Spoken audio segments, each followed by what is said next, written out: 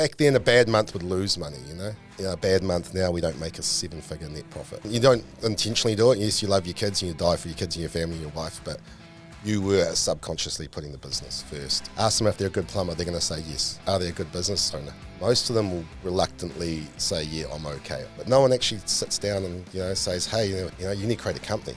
Like, no, I'll just keep smashing the jobs, I'll do the invoicing at night. Lots of business owners have a dream of hitting $1 million in annual revenue, yet for others, they hit $1 million in revenue a month and crack $1 million in profit a year. Now, on today's episode, I interview Matt Alexander from Plumbuilt, who is a member of the $1 Million Tradie program and has built a multi-million-dollar plumbing business. Now, Matt is a very talented entrepreneur and one of the most generous people I've ever met. Tune in as Matt and I discuss first how he built his business, and then once the money was flowing, how he structured it so that it gave him both the money and the time and the lifestyle that he could share with his wife and 4 children. Well, howdy team, it's Tony Fraser-Jones here, the host of the Profitable Tradie podcast. I've ditched my mate Phil Smith and upgraded today. Matt's here in the studio with us, Matt Alexander from Plumbuilt. Welcome, Matt. It's awesome to have you here, buddy. Yeah, thanks for inviting me. Yeah, man. It's going to be fun today. Look, man, I was going back through the notes of when you actually joined the $1 Million Tradie program, and it makes some pretty interesting reading. It's February 2021, I think. Yeah, a few years ago now. Yeah, a couple of years. And, mate, you already had a really successful business. So, revenue was sort of around, I think around 9 million. You had a team of around 70, and you were making good 7-figure profit. So everything looked great from the outside, and you'd done some cool stuff. But I think it was probably a little bit of a different story on the inside in terms of how you were feeling with the business. The notes say that pretty much everything was revolving around you, and you were making all the decisions, and you didn't have the management support that you wanted, and the roles around who was doing what wasn't that clear, and maybe the structure wasn't mapped out as well.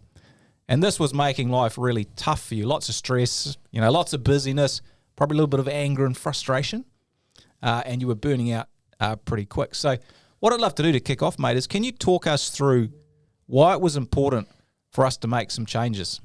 Yeah, cool. I just felt 70 people. I was running fast as really to keep up. Yeah, it was high stress, as you said. It wasn't just work. Like from the outside, it looked like, Matt's doing well. He's got all this stuff going on. But, really behind the scenes, I was dragging some of my kids up, 4 kids, it's got a lot of effort. No me time.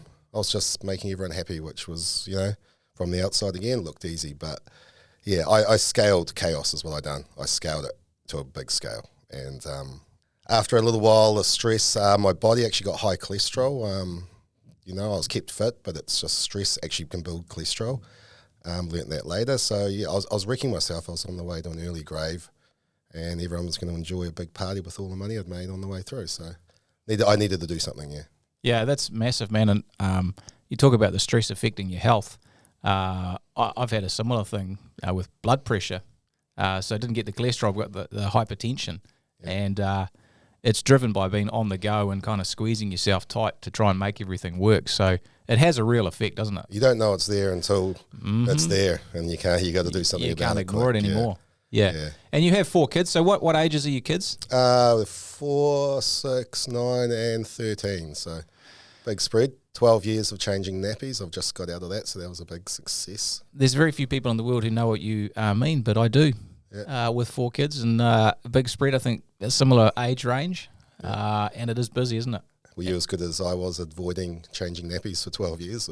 Did you not change any nappies? The last few years, I've just avoided out of it, to be honest. Just left. I was like, we're just done. I've got my own problems. I have to say, I possibly could have done more. Maybe I stayed at work a few times to avoid the nappies. I don't know. Yeah. Let's not tell Bronwyn that, but it's pretty stressful when you're trying to run a business and you got a few kids, let alone 4. There's a lot going on, isn't there? There is, yeah. Towards the end of the 3 years ago, I was dragging my kids up. I felt, and it wasn't going to get any better. And it's unfair on them to have when those kids. When you say dragging them up, what do you mean by that? You're just missing things. You're not teaching them the things you could. You're not being the dad. We get a nanny in to help me. We've had one for a while, which has been great to enable my wife to work.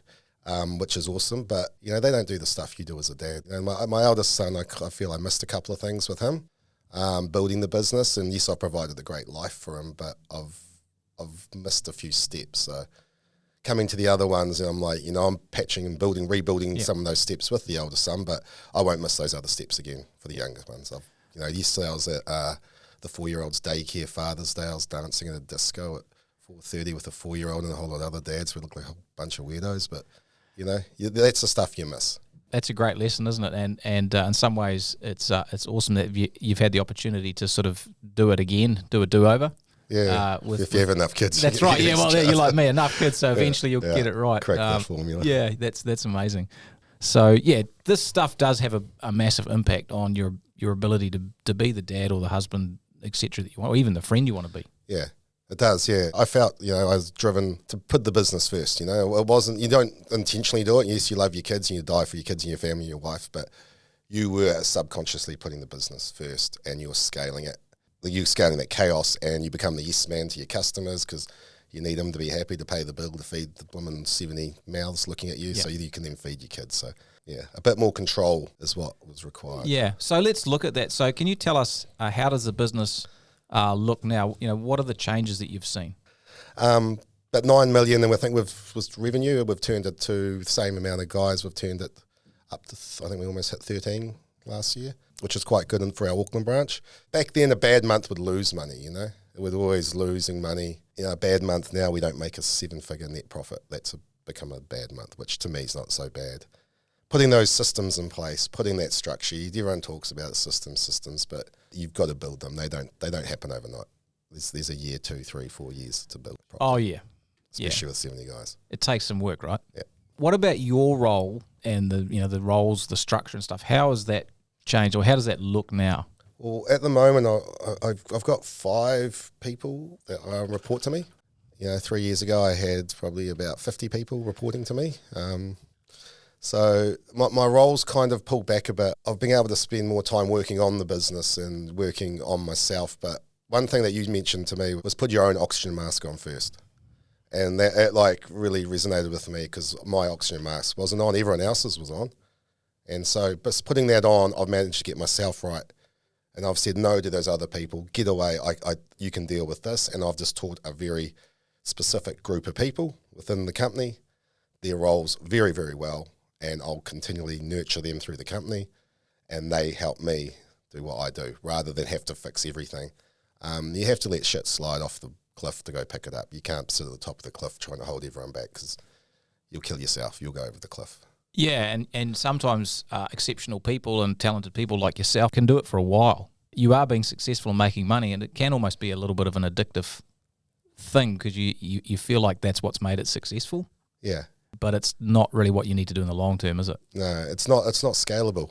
Yeah, you're running fast, fast. You almost scale it, but it's just not sustainable. Yeah, put a treadmill on full speed, full incline, and hop on and see how far you can go. Yeah, you got seconds, 30 seconds. Yeah, and even if you're super fit, which some people are, eventually you just can't carry on. Yeah, you can't. You got to find your pace, find what you're comfortable, and set your target, and you can grow. You can scale it from that. Yeah. So, what have the results from the business meant for you personally and your family, Matt? Number one, I'm present for them. I'm now going to the daycare last night. Went skiing the other week. It's been, so for the family, it's been massive.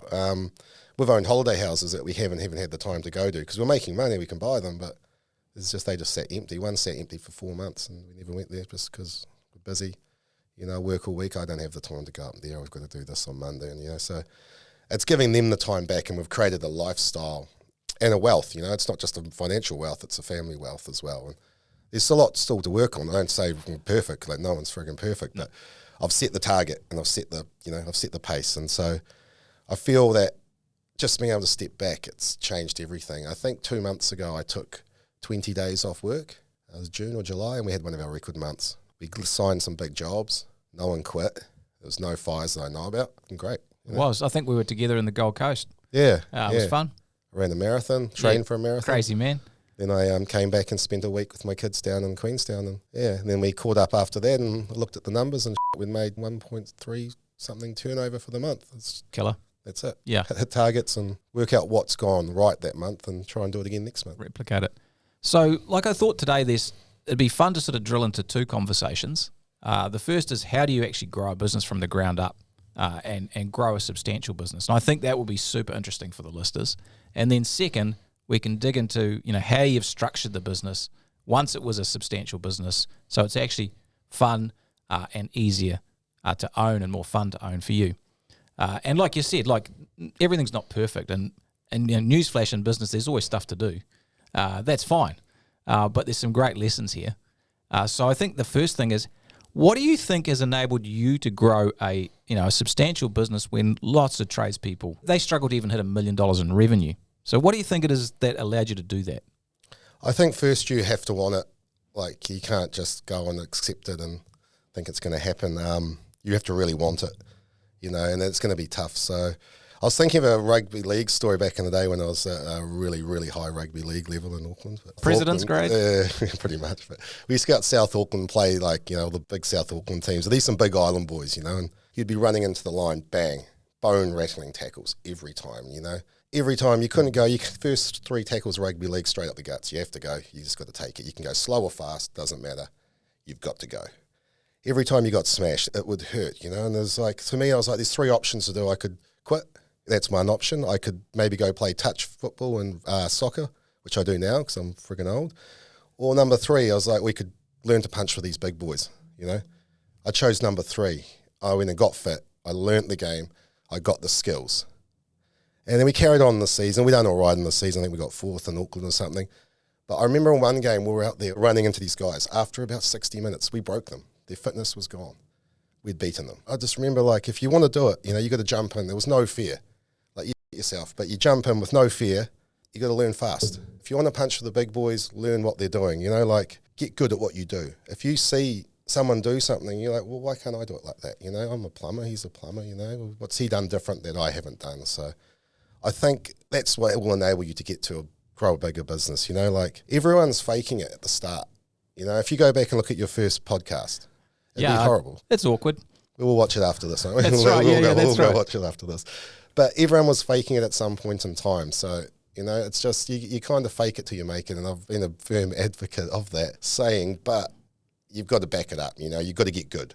You can keep faking it, you look like an idiot. But at some point in time, somewhere, some person was always faking their job before they got good at it, especially the experts, What were maybe the key moments, key clients that happened along the way that you went from, I kind of don't know what I'm doing, to I feel like I'm on the front foot with this now? Yeah, a couple. There's multiple divisions to the business, but if I look at the maintenance side, I got a contact at New Zealand Fire Service, and I went and saw him and didn't want to know me, bought him a coffee. Oh, hey, I'll give some work. No, yeah, whatever. Leave your card here. He said that he will use you as the second guy. The other guy looks after us. They couldn't get to a job once. I was there before the fireman even knew I was there, and I went in and fixed his job anyway. We got our foot in the door, and we stayed as the second guy, and then after a while, they rang me, and he's like, oh, you seem to turn up whenever we need you. Other guys letting me down, come in for a proper meeting. And then from there, it kind of just, we gained I think Region 1 maintenance for the New Zealand Fire Service. And from that point, we have not dropped that ball. There was another guy, guys come and go, the second guys, I always keep a second person in there, but I won't drop that ball, and you kind of, I don't know, you just slowly become more and more professional, at doing it. I made everyone wear a uniform. I never bought white vans because it didn't matter if it was a Hiace or an L300, they look the same, it looks uniform, it looks professional.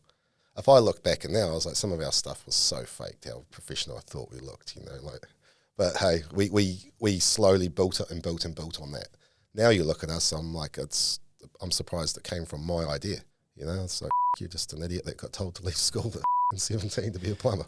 Well, let's look at that. So you did leave school relatively early. You maybe didn't see yourself as being super book smart. How did you deal with that, I guess, that image you had of yourself? Because I think a lot of people in the industry feel like that.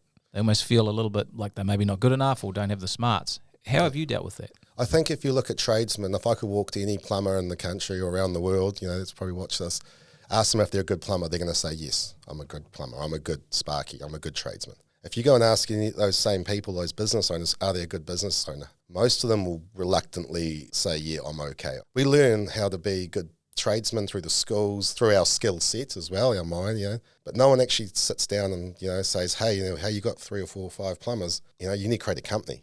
Like, no, I'll just keep smashing the jobs. I'll do the invoicing at night and Sheila will do the payroll on Tuesday. That's how it kind of works. But no one actually teaches you that. You need meetings, you need your org chart, you need job descriptions, you need uniforms, you need processes, systems and everything. So there's nothing there for that. We just get real good and scale chaos to 70 people. I have had 2 coaches before that and they have been good.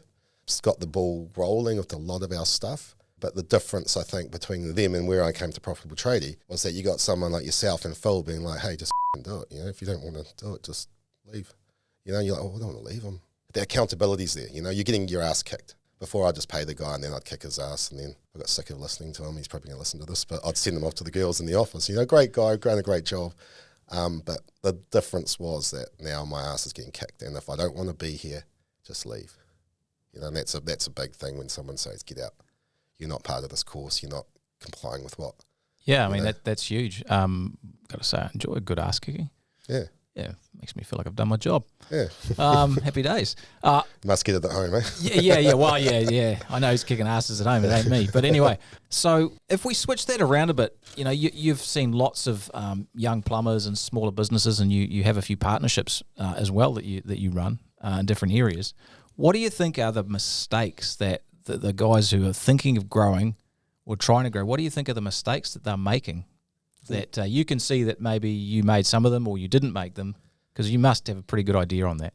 Yeah, I think getting a structure and a system, the sooner you can get into a structure, the sooner you can get people to work their job descriptions intertwining with the others' job descriptions, so people stay in their lane and just do their job, rather than going and stepping into Bob's office and stepping into Jackie's office, and it's the accountability lines through that will make it happen. And I know it sounds all high level, big company stuff, but this shit happens with a 5-man band, and you may do 3 or 4 of those roles, but just do those 3 or 4. If someone else is in charge of operations, let them be in charge. There's 100 plumbers that probably run underneath me at the moment with the other branches.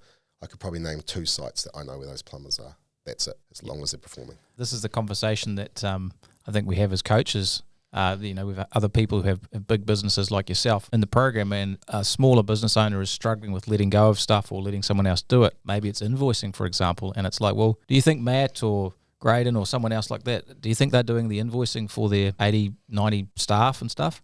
And they're like, no. Well, do you think if you carry on doing it that you're going to be able to get to that level? Oh, probably not. And so it's quite a mindset shift for people, though, isn't it? It is. The invoicing was a hard one for me to let go. Should have let go of it earlier. What I should have done earlier is just set a template. This is what I need to make. This is what the company needs to make to survive. You can win some, you can lose some. And a great plumber or a great tradie will always look at an invoice, you can add a bit more there. We use 6 of those from the van, and, they will never know. And, there's that aspect to it. But you're talking cents, But if you're not there worrying about the cents, who's looking for that next big job? You're worrying about the cents on Mrs. Jones's house, but meanwhile, down the road, some guy's breaking ground and screaming out for a plumber, and you're not there because your head's too buried in those cents on that little PTFE tape or whatever. And that's the problem. The sooner you get away from that and just chase those big, the big rocks, we all say it, chasing those, concentrate on those, all of this shit will just work out. You don't give a fuck about cents. It'll disappear. Yeah, that's massive. We can definitely count the pennies and forget the pounds. That's it. And I think that the challenge, and I'd love to know your thought on this, is you have some really good skills. And like most people who are successful, it's hard to even believe that about yourself sometimes. But you are good at the jobs you've done in the business, at being a plumber, at estimating, at getting invoices, at winning work, all that sort of stuff. How do you deal with the challenge when you know that you're better than a lot of your team at doing that? If someone's 90% good at something, let them be 90% good at it. They're never going to be as good as you.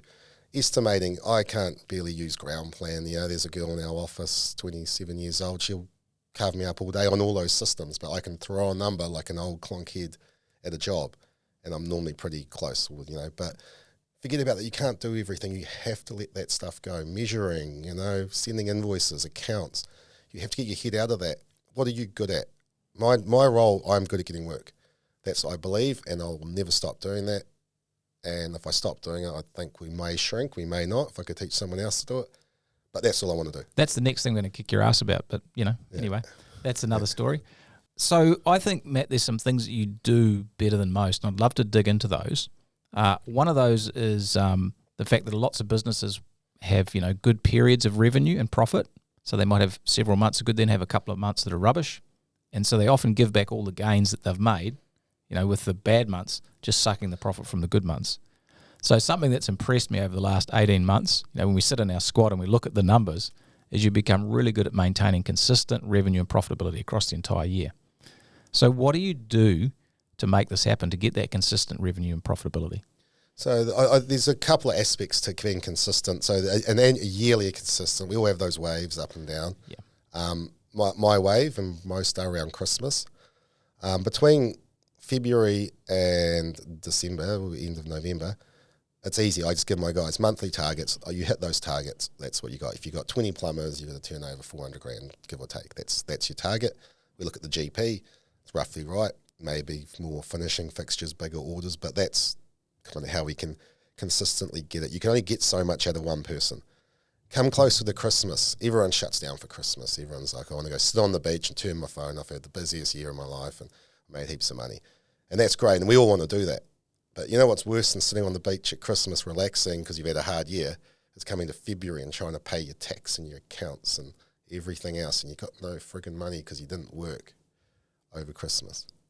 So what I've tried to do is pull jobs forward, especially a bigger company, but a lot of people want to work through Christmas. No one wants to take 3 weeks, 4 weeks off at Christmas because you've had enough, because you're too controlling to let people work where you're not working, or too unorganised, however it is. There's these guys out there that want to work. Let them work. Book the jobs in. We got program maintenance stuff. We pull it forward. Your school's shut over Christmas. We're in there. And there's a certain amount of days you have to have off. We kind of shut theoretically for the 2 weeks, but an extra week after that's the killer. That kills you. You get to the momentum doesn't start. Everyone comes back. They have the slow week back. They're off to the beach, knocking off early, and I watch it. It stumbles companies. In the profitable tradie looking at other P&Ls with other companies. It's stunting them in the year. Some don't recover at all. 100%. Yeah, it's to be able to have that consistency, and you've got to drive it. You've got to drive that. You've got to see the opportunities. If you're too buried in your spreadsheets or your invoicing, you're not going to see the opportunity to get some sites going over work. A lot of schools need over Christmas. Get in there, get in the ears, find out who's doing the jobs, find out there. Well, I think something you touched on too is your team. Depending on where you're based, what state or country would depend on the leave and vacation you get. But if you're giving your team some leave, they don't want to take it all in one spot, because then they've got nothing for the rest of the year as well, and that's actually terrible for productivity because they get sick. They work for 7-8 months, they get sick because they're tired and they've had enough, and so there's that side of it as well, which kills the culture. It does, exactly. Yeah. I have to take time off because you're off. It's like, I don't even like you. Yeah. So, you know what I mean? That's the look you get from the people. And it's like, well, yeah, it's you make it work for people, and that's a big culture building thing. Leaving someone in charge, good training period, good trial period for someone to be in charge where you're going.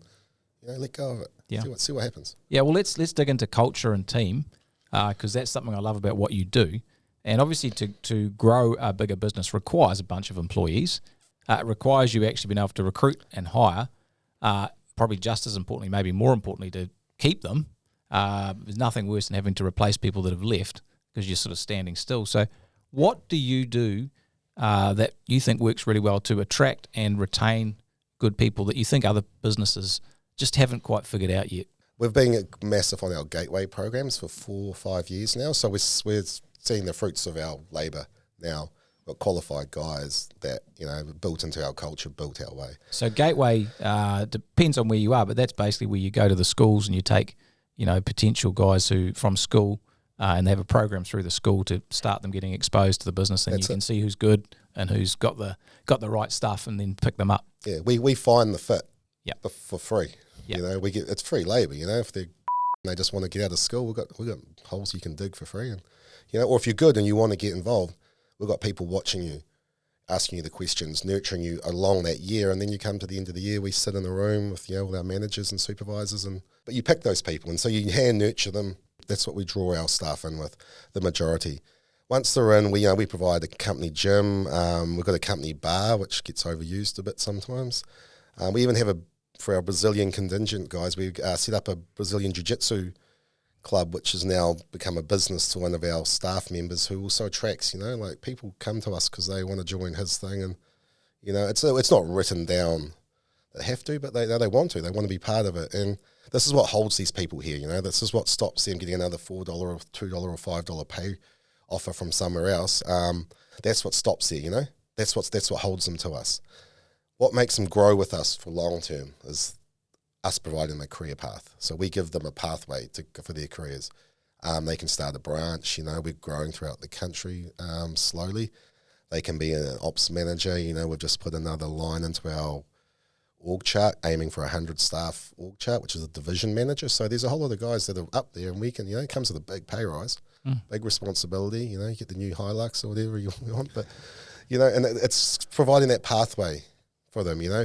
But if you don't have your org chart, you don't have your systems, you don't have all that stuff, they can't see the pathway. They need the young guys from Gateway need to see them climbing through the system. Well, you're right. There's something incredibly powerful when you can sit down with a young fella or lady, young girl, and you can show them the actual org structure and say, this is where you are, and this is the next step, and then that's the next step. And if you're here, in 6 years' time, or whatever, you could be doing this role and then that role. Brightness of future is incredibly powerful, and I think most businesses in the trades and similar construction businesses, they really don't have that mapped out at all, even for larger businesses. It takes a bit of effort, but it's so worth the effort. If you can create something that's larger than they will ever be, they're part of a team that's larger than anyone will ever be, even me. That's belonging. They want to belong to that, and by providing that, people stay and people push for the common goal. You talk about the core values and the mission statements. We have all that. We've involved a lot of them in building those, but you have to. It's easy to say it, but you got to breathe it. You got to believe it yourself, and push the team that way. And as you do, the people, we when it was busy, we were still getting people applying for jobs. Everyone's going out there throwing huge money out, which I don't agree with. Poaching people. We were still getting people applying for jobs. Now we've got piles of CVs in our HR at the moment. And it's from that culture, that belonging, that pathway. Yeah, and I think something that I've really appreciated about what you do is you're a very generous person. Maybe you're too generous sometimes. Make sure you fit your own oxygen mask first. Yeah. If that's a fault, it's a great fault to have. Yeah. And so you do provide leadership. So you talked about the values and stuff, people talking about it, but how do you think your business is different in the sense that it's real and that, you've made it real? How does that happen? What have you done, or what do you think the key there is? I don't know. It's just part of. I guess it's my upbringing, my life. Who I grew up with. Some of our mates are labourers, some are in prison for Christ, and then mates that run massive companies my size or bigger. And we still have that same group of friends that I've grown up with, and they'll always be my boys that will never. They were there before everyone. They'll be there at the end. It's just providing. I guess just providing that and being part of it. I'm not the health and safety girl came and audited our company, and she looked at the business, and part of her role was to see if I was the director sitting in an ivory castle. I think it was ivory castle. Yep. So I'm sitting at the top, and I'm untouchable, and I've got everything. He runs below me, and it doesn't matter if they get hurt. And the outcome of that, she's like, you're the opposite of that. She's like, you are in there with them. You are one of them. Yes, I'm the boss. Yes, I'm in charge. But I feel I've given back. What are you going to sit there with 10 different holiday homes and a bloody Lamborghini you drive to your Ferrari? You're like, what's that going to get in life? If you can drag these people up with you, yes, you might get one Lamborghini. That'd be great. And they might get one too. And they, and that's, imagine a team of that, that's what people look at to grow with, not just one guy right at the top and pushing everyone else down, because that ivory castles will be pretty lonely especially at your funeral. Yeah, that's huge, man. And something that I'm passionate about as well is you can make lots of money, and don't get me wrong, that's fun. But it's kind of fulfilling. But what's really cool is when you see people growing, you see the contribution you've made to their lives, and you see them lifting themselves up. And you've had some large or small hand to play in that. It kind of gives me goosebumps. Yeah. And I think that's the difference that really good leaders are able to do. It's not a selfish thing. It's obviously about results, and making money is good, but it's the bigger picture, and lifting people up is that's awesome. Anyone you speak to that you admire as a successful businessman, they've all helped someone. 100%. I can't think of anyone that I've chatted to or looked as sort of as an inspiration to me and as a mentor almost that hasn't helped anyone. I don't know that person. But every person that I do speak to, and I've got a lot of, I know two of my uncles done really well, my dad's done quite well, friends of theirs, friends in business, acquaintances, I look how they've helped other people, and that's kind of where I guess I've just naturally progress towards that way, and you help people. My oxygen mask's on now. Yeah. Yeah, you got to do that because you can't help people if you're not surviving. But I'm okay now. I can start helping others. Yeah. And It's awesome. Let's talk about sales. So my experiences with entrepreneurs who have grown successfully and quickly is that they are great at sales and winning work. And I think you fit the mold here. So how do you go about sales and what makes you successful here? So coming down here, so Auckland to Hamilton, 1.5 hours in the mist. I called 2 people from construction companies around the country. One of them I got a meeting next week. That's just because I had time. I'm in my car. You got to hustle. Every day is a hustle. You got to. If it's your job, you can get good at it. Your ops managers can't hit these targets that you provide if you can't provide the sales. Like the sales is the lifeblood of any business. Feed the machine and don't worry about what happens out after that. And because I've given up on worrying. I'm not given up on worrying. That's the wrong word to use. I'm not concerning my time with, are the jobs running all right? They can report to me at the end of the month. We have jobs aren't running right, but I'll deal with that when we deal with them.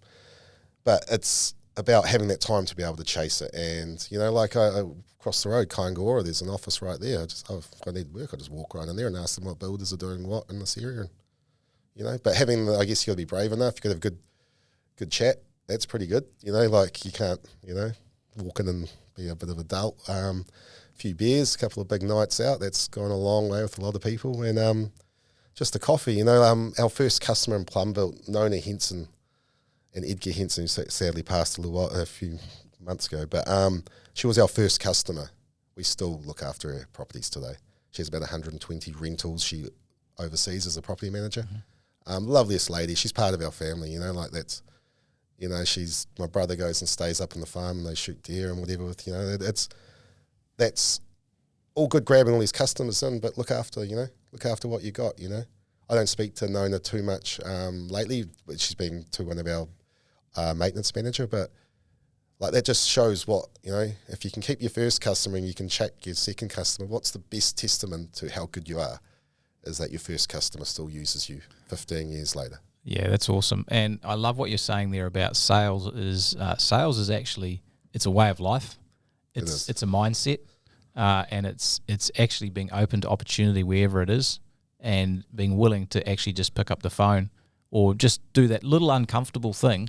I'm sure it is even for you. It's always uncomfortable. It's a little bit uncomfortable when you've got to approach someone, but because you've done it, that the payoff is there. And this is the thing I think for a lot of business owners is that the success or the payoff is always on the other side of uncomfortable. There's, the little tough conversation you got to have, the tough conversation you could have with a team member or whatever it is, or a client. The success or the improvement is always on the other side of that. So I think with sales, it's the same thing. Yeah. Actually, we do have to put on our big boy pants or big girl pants and just go and do it. Just get comfortable being uncomfortable. Yeah. That's it. That's your job. That's my job now. Yeah. I'm always uncomfortable. That's fine. Yeah. And that's the norm now. Yeah, that's right. And you build that muscle, which is cool. So let's just focus on the last couple of years, and you've talked about scaling chaos, having a successful business financially from the outside, and then how do we actually turn that from revolving around you to where you are now, where it's much more stable. So what have you actually done to go from frantic and running everything to be able to step back and let your team step up? Everything, I think, heads back to the organisational chart of a business, right? Just talking about sales, my job, sales, I'll do my job well. Operations, they will do their job well, It's having the right people. So I guess just if you can organise that organisational chart, get the JDs in place and let them go for it. Let them fail and then fix the problems. Don't stand there like you're at the edge of the cliff. Oh, you're going to fall. You can let them fall.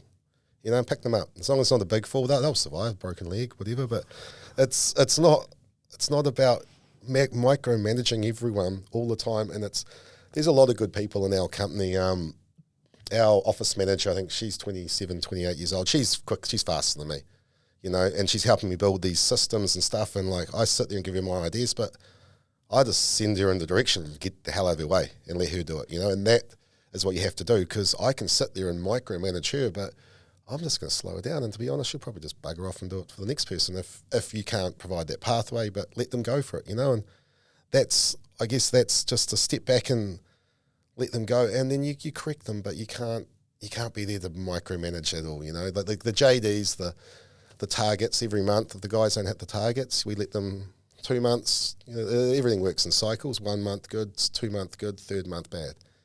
As long as I look at quarters now, not so much monthly. And if there's 2 quarters bad, we'll talk to that ops manager. Do you need more work? Oh, I'm busy as we're making mistakes. And you fix those problems, not the not the ones that you can foresight that probably don't even happen half the time. Yeah, that's huge. It sounds simple. There's a lot of there's definitely some work in that, getting the structure right. One thing I think I've found incredibly powerful. I know I do the podcast with Phil, and he's like the right hand man that I have, and he pretty much runs the business. And I know that the office manager you're talking about is doing a similar sort of thing for you. How powerful is it having I guess you call them a 2IC or a right hand person that you can rely on totally, that has got your back, you've got their back? What sort of difference has that made for you? It gives you the confidence to keep pushing into those unknown, like we're looking for other territories now, other regions to work in. And if Auckland falls over tomorrow, there's no point going to any other region, like we've got to make sure it's right. So that gives me the confidence that I know it's running right. We've got a team of 3 good ops managers, a good drainage manager, and then we've got the office manager who kind of oversees the whole business structure, and that they're pulling things through. So without having them, I have no confidence. Like my confidence bleeds off them, like of how they're performing. If they fall and I don't pick them up, the business falls. There's no point being down in the next region trying to tell everyone how great I am, because you're not great. You're faking it properly now. Yeah, for sure. Let's dig into mindset and between the ears changes, because I think that's a huge part of success in business. And the bigger your business gets, the more successful you are. I think this is, funnily enough, even more important. So what have been the mindset changes that you've made that have helped you improve over the time that we've been working together? I guess just don't be a tight ass. Pay the money, get people to let them do it. You pinch the pennies to save the pounds, like we say, but it's like mentally you need to take a step back and get your own oxygen mask on, get yourself right, and it's realizing that you're not going to be the best at everything, but there's other people out there, and let them go for it, even though your way is better, because when you're right, you're right. That's your way is better, but proven over here is it's not. Your way was just the only way. It's ignorance. Being able to just stand back and like let other people do it. That has been the biggest. That's the click in my head that I'm like, all right. And I sit there sometimes. I'm like, you're failing. You're gonna this up, and they don't. And then I'm kind of confused at why they didn't stuff it up. And then I'm looking. I'm like, well, that went better than I could have actually ever done.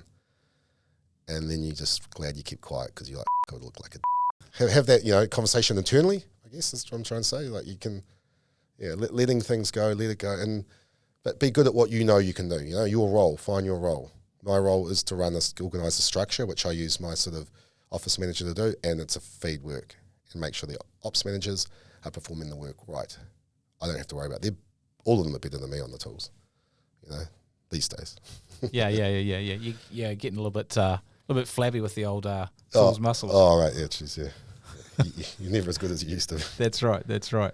How important has it been to get outside help in terms of the success you've had with your business? And what have you valued most about the help you've received? One thing I have valued the most is like when you're a leader, you're the strong one. No one actually knows when you're suffering, because you're the alpha male, you're the top dog. No one actually knows that you're struggling along, and you're holding your face up well. You got 70 people, you look like it's going good. Through my time with Profitable Tradie, there was, when we were moving offices, I think it was one side of COVID and whatever it was, a lot of shit was going on, and I just couldn't be, there's just too much going on. I was like, and I spoke to Phil, and he's like, yeah, no, you got too much going on, just have a bit of time off. I was like, I might just quit. And he goes, I'll just come back in a few months. And just to have someone who realises that beside you, that's a big thing for me, it's like, a few of my mates hit me up, especially the ones running at high level, if you're all right, and you're like, yeah. And they appreciate that. It's massive. But, like, not many people know the guy at the top he's always going to be strong. So I guess for us, like, the coaching's great and you got to follow it and all that, but just having that person beside you that you can be actually vulnerable to, you're like, oh, shit, no, I'm not good, mate. I've got to keep a strong face to the other whole lot of people that think that, the lion's never soar. But it's so that to me, it's just good to be able to sit down and say, look, I'm not all right. Things aren't going too good. I just need some time.